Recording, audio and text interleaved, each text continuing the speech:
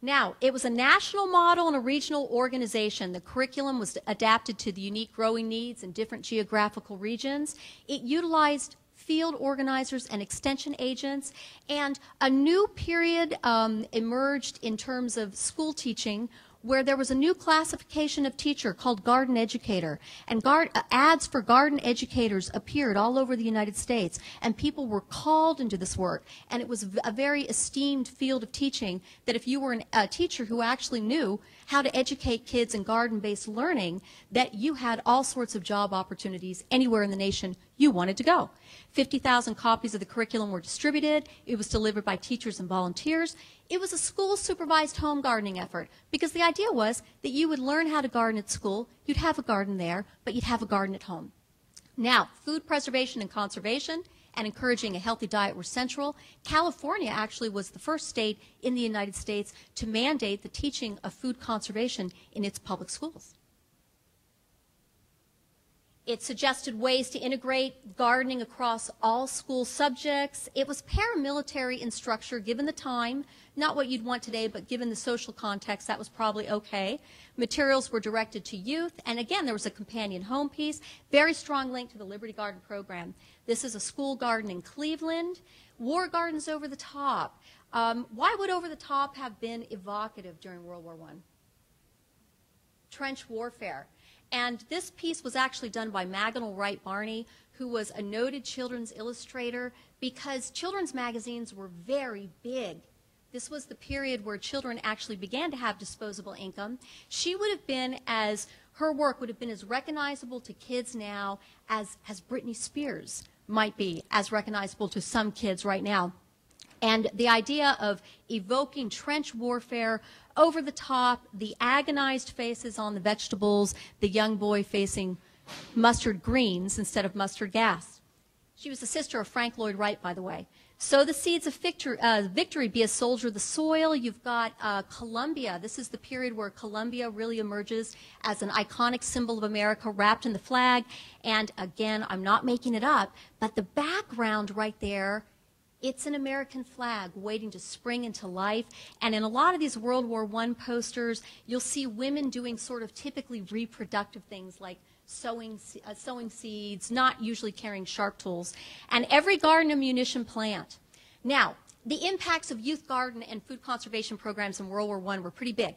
Harriet Johns is one of my buddies. She was a 10-year-old during World War I. She lived in Long Beach, California. She had 4 bean seeds.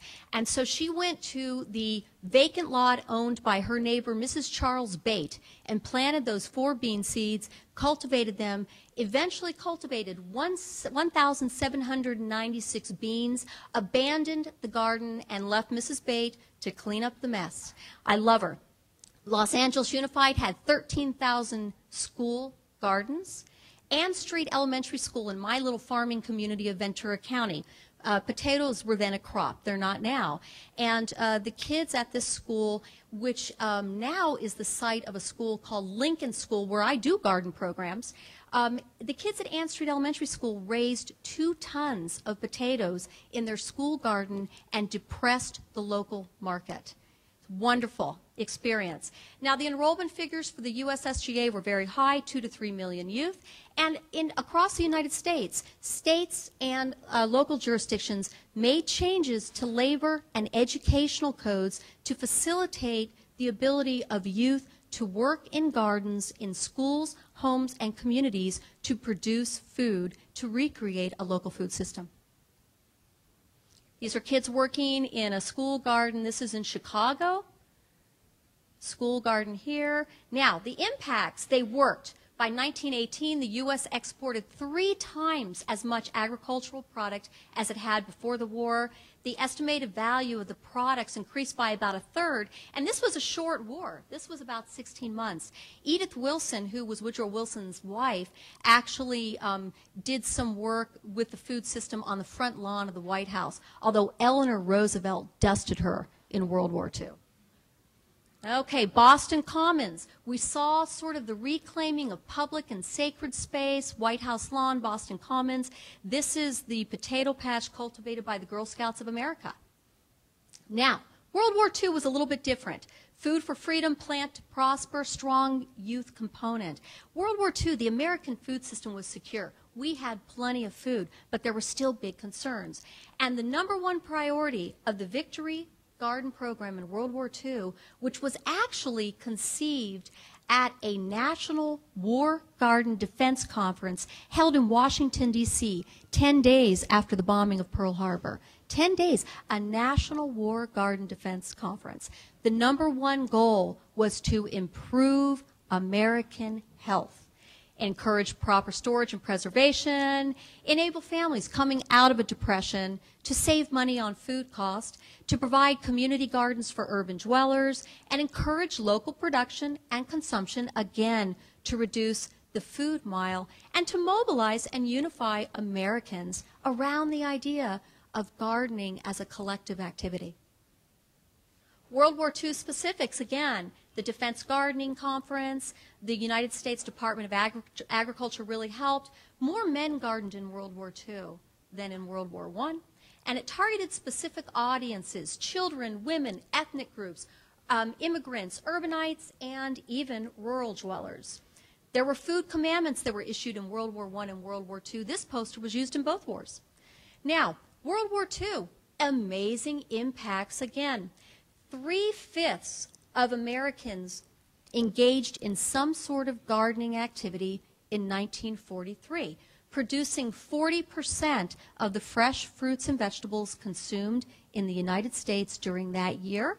It is actually the highest consumption of fruits and vegetables that Americans have ever had, is 1943.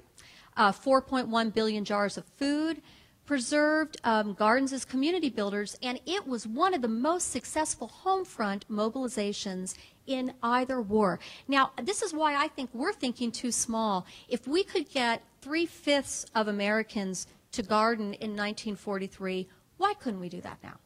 Why couldn't we do that now? Of course we could. Now, it was a unifying activity. Portland, Oregon, World War II, the wartime population swelled to 300,000. Portland, Oregon had between 75,000 and 80,000 Victory Gardens, and the community was known, it was a national model for how park space and public space could be used for Victory Garden programs.